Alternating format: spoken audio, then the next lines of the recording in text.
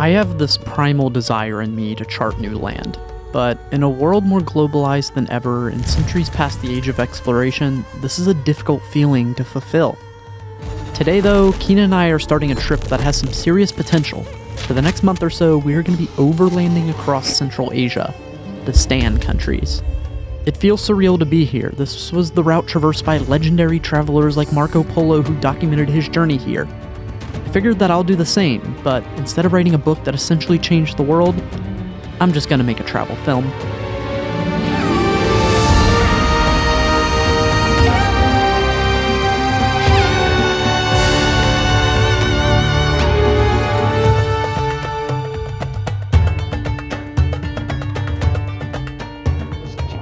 Casually standing on a 2,500-year-old fortress. All to ourselves. Not a bad way to start. I'm excited. It's gonna be crazy, but fun. Follow in the footsteps of the OG travelers, but we have it much easier than them. We have cars and trains, and we do not have to travel on camelback. We have taxi boss man waiting for us right there. Yes, exactly. We should probably go. He looks like he's ready to go. 7, 8, 9, 10, 11, 12, 13, 14, 15, 16, 17, 18, 20. This is like the most money I've ever traveled with. Because typically you just go to the ATM and you get like $100 here, $100 there in local currency. But throughout Central Asia, they really prefer US dollars for big purchases, which means we had to bring a lot of it. And they're very, very specific with what US dollars they take. They have to be 50s or 100s. They cannot have any ink or rips or like too crinkly. It has to be perfectly crispy, and they have to be over 2017. So that was a lot to get, but we managed. Dotted across the length of Uzbekistan, there's 3 cities synonymous with the Silk Road: Khiva, Bukhara, and Samarkand. Located in oases surrounded by scorching desert and strategically smack in the middle of Eurasia, allowed these cities to turn into the crossroads of the vast Silk Road trading network. They were once a stop for just about everyone, hence why we started here. Cheers to Uzbekistan. We spent our first week traveling by train between these cities, cultural experience in itself, where we quickly learned how welcoming people are, and about one of the many Russian influences left on Central Asia during their time under Soviet rule: vodka. I'm sure Uzbekistan is going to get very, very, very, very As it famous over should. the years. It's absolutely beautiful. The people are kind, welcoming, it's safe, has everything, all the workings to be a great tourist, or it is a great tourist destination, but to be a very popular, famous tourist destination. So I'm glad we're here now. Filled with towering minarets, grand mausoleums, and sprawling markets, these were some of the most beautiful cities we've ever seen. They are the most visited places in all of Central Asia after all, but in the grand scheme of things, few people in the non-Russian speaking world know, much let alone visit here. But this is starting to change quite quickly, so it's only a matter of time until these are once again a hotspot for travelers from every corner of the globe like they once were centuries ago. Forgot to color that clip. Let's fix that real quick.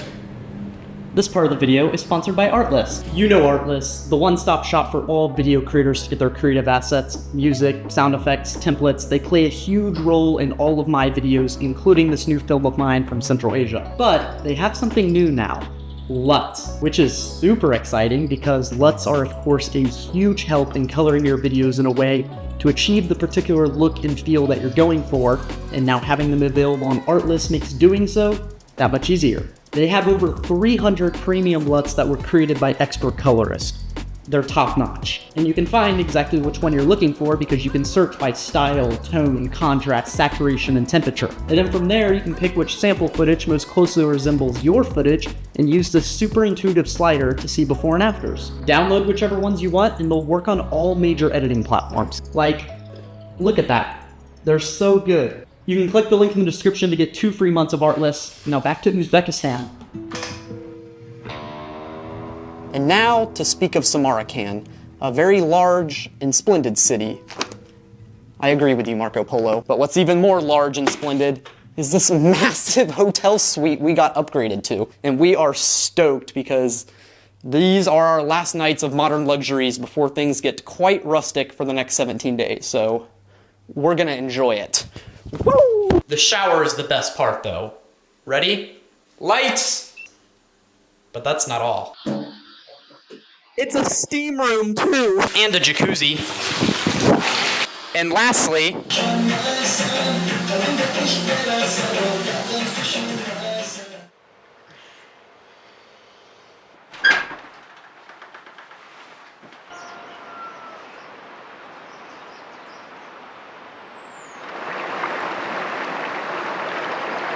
So, our situation has changed quite drastically the last couple of days. We picked up a 2001 Land Cruiser, drove it across the border, and up into the mountains of Tajikistan, where we eventually hit the Panj River, the Afghan border, which we'll be following for a while. Okay, I need to make it halfway over the river because then it is technically Afghanistan. No, you gotta get it all over the river, come on. Have you met me? Halfway. Maybe the halfway I'll mark. take it.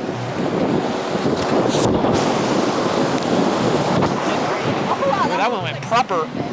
That one went proper for him. I mean, I think the irony of the specific section of the trip is like, this is like one of the most free I've felt, you know, just untouched nature in the open road. Yeah. Every possibility is endless, really, but you look right across that river and for women there are no opportunities and there is no freedom. And it's a weird position to be in to feel so free, but also be keenly aware that right across the river, it's not the case, but This is the start of the Pamir Highway, one of the greatest road trips in the world supposedly, and how we're planning to spend the next couple of weeks. This route has been instrumental for a millennia, and that's because it's essentially the least terrible option if you're trying to cross this convergent zone of all the world's tallest mountain ranges. These mountains merge into the Hindu Kush and the Himalayas, so there isn't really a way around them, which meant for many Silk Road travelers, this was their best bet, and ours as well, since to this day it's still the only continuous road that crosses the Pamirs, although it quickly turned into what I would not exactly describe as a road. Okay, a little bit to your right. That's the direction I'm looking for. right. A little bit to the, you're right, yes. Okay. Like, ooh. Yeah, you're good. Okay, you're on. Nice, you did it. Cool. Steez. Last night, we stayed in this village that feels straight out of a fairy tale. It sits on a stream in the middle of this beautiful mountain valley with no road access. Just a few families live up here and they welcomed us graciously. It's hard to find places like this anymore, so we're savoring it. It's just one of those places. It's not how it looks, it's just... How it feels. Yeah, it's just the vibe. The idea that we're 4 miles by Exactly. foot up The a fact- mountain valley. It's that there's no other way here except walking, that everything you see here, all the infrastructure, all the food, had to be like lovingly. It's an act of love to even get it here. And everything went on the back of a donkey up here, or just by hand. Yeah, or they made it. Oh my god. Is that bad? An egg with jam. That's not a good idea.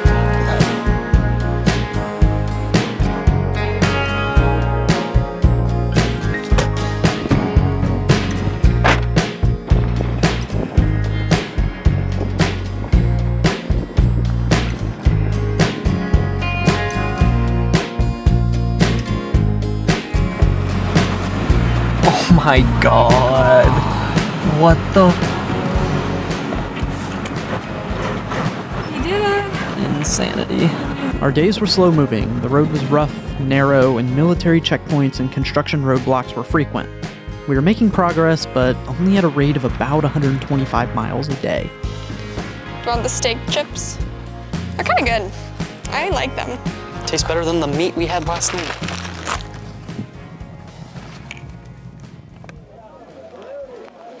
When the security risk is low enough, Tajikistan allows Afghan vendors to cross over the river and sell their products in a designated market on the Tajik side of the border.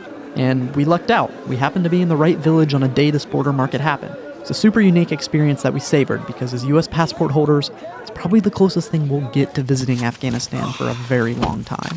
Good haul. I know, got quite an eclectic mix.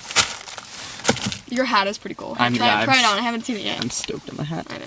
Try it on. Ooh. It's kind of like a beret. I know, it's like an Afghan beret. Is this even supposed to be like that? Actually, Maybe it's like a tablecloth. LOL. Did I just buy a tablecloth? And we got cake. Oh. Kind of nothingness. Kind of like sweet nothingness. A lot more flavor going on there. They are not known for their desserts in Afghanistan. I'm glad we got to go. And we got some cool souvenirs. Exactly. Let's hit the road. The driving continues. The river started to widen, the land got more fertile, and villages were more frequent. We had entered into an area known as the Wakhan. The Wakhan has served as a pretty monumental, small, thin, sparsely populated region in the world. The first foreign traveler was a Chinese man who came through here in 399. And this valley has been used ever since then by travelers and traders and pilgrims, including Marco Polo. He came through here in 1270 and specifically referenced the river, mentioning its remarkable size, which is especially true right here. And this region pretty much operated as one culturally until 1895, when Imperial Britain and Imperial Russia chopped up this part of the world. They wanted a buffer zone between each of their territories, and at the time, Britain was up north of Pakistan, and Russia was right here along the banks of the Panj. So to give themselves a buffer, they cut out about a 20-kilometer wide stretch and gave it to Afghanistan, and that section of land would be the buffer zone between Britain and Russia. And to this day, those borders stick. And this is our last day driving along this border before we start cutting up into the High Pamirs.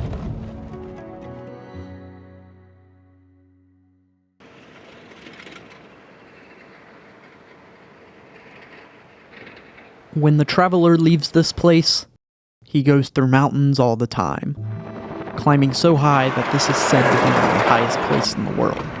This plain, whose name is Pamir, extends fully 12 days' journey. And in all these days, there is no habitation or shelter, but travelers must take their provisions with them. No birds fly here because of the height and the cold, and I assure you that because of this great cold, fire is not so bright here. Still accurate.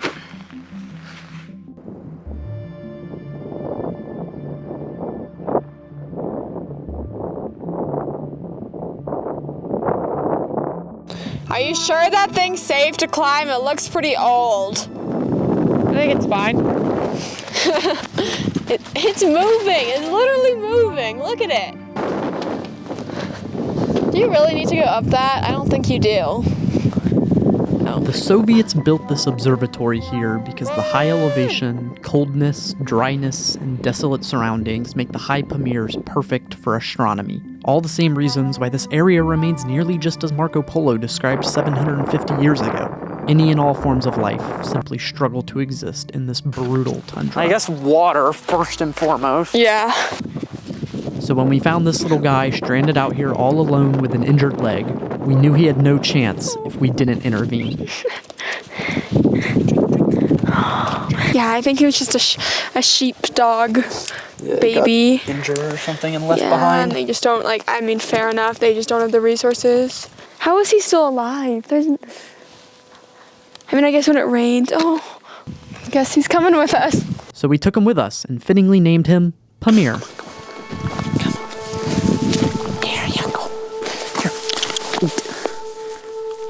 Us and our new friend Pamir are eating some very questionable pasta. We got pizza sauce instead of pasta sauce. Rookie mistake. Alright, let's take you to civilization, dude. Let's get you a home. We drove him into the nearest village where we were able to find a family that operates a homestay who was willing to take him. It was sad to say goodbye, but we had to keep moving. This harsh environment was starting to take its toll on us, and we still had a few more days till civilization and lower altitude. This is the most beautiful thing I've ever seen. We have highway. We have, yeah. Oh, highway, that's a stretch. We have pavement. pavement. We have pavement.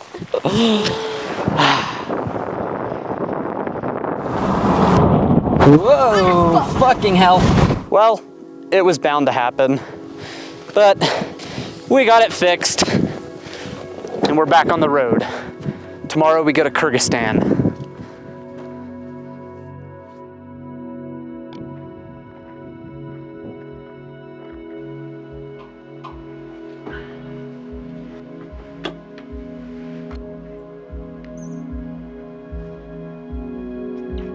Tajikistan and Kyrgyzstan have an ongoing border feud that killed dozens and displaced over 100,000 just a couple years ago. Only foreigners with special border permits can cross, and they keep a 12-mile-wide no-man's land between their checkpoints, which neither side feels the responsibility to maintain. Come on, spare tire. You can do it. Oh my god. Oh, baby, we're sliding. Please go first. That is a ditch right there. Eventually, we made it across, and immediately the infrastructure improved, which thankfully included not just the gas stations and roads, but more importantly, the medical facilities. I got a kidney infection on the Pamir Highway, and the only way to treat that is antibiotics in the ass. Countdown. I will. 3, 2, 1. Okay. You're getting better at it. After 3 days of that and a trip to a Kyrgyz hospital, we're back on the road, finally ready to see what Kyrgyzstan had to offer. Still I got a lingering love for this place. Let's turn the plane around. I don't wanna give up. I used to think I needed. This right here is an old caravanserai, and it's basically what served as a hotel for travelers on the Silk Road. Always cautious round the corner. Always feeling like a corner. Knocking at the locked door. Passing cars and rolling thunder. This is a big boy yurt. We have space to sleep a minimum of 8 people. Still I got a lingering love for this place. Let's turn the plane around. I don't wanna give up. 'Cause I got a lingering love for this place. I think I've been wearing the same thing for like 5 days. Me too.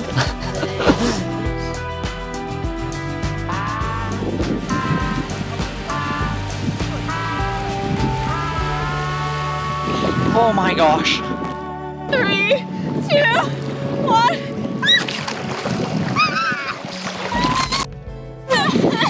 Feels nice now. Well, this is the last day of our road trip. We've driven over 2,300 miles these last 3 weeks, but we're about to go drop off our trusty Land Cruiser, marking the beginning of the end.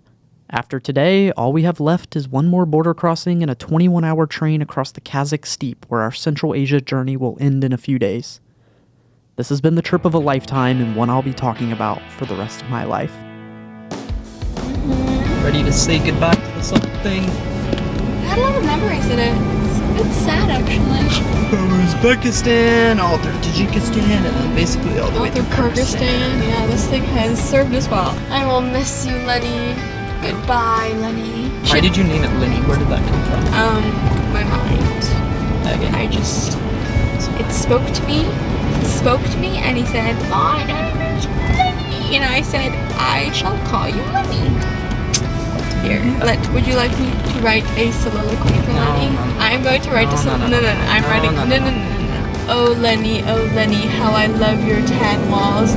Oh Lenny, you are so strong. Oh Lenny, you took us through hard roads. Oh Lenny, your heart is made of gold.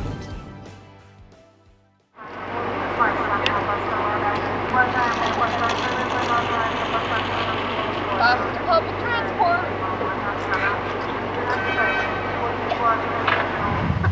You're in Kazakhstan. You know what that means? And there's one thing left we have to do that we have not done this whole trip that is very important to this part of the world. It's a good way to end. Oh.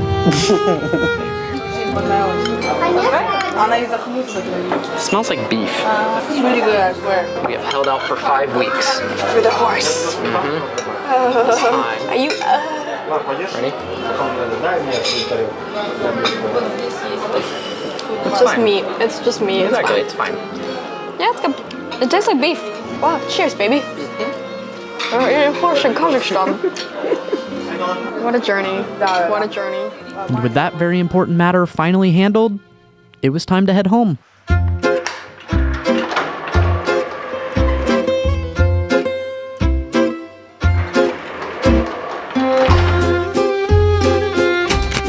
Thank you so much for watching. This was truly such an incredible trip, and I had such a fun time putting together this film and sharing it with you guys. I'm still experimenting with this video style and format a bit, so I would love to hear your thoughts down below. And yeah, I'll see you in the next one.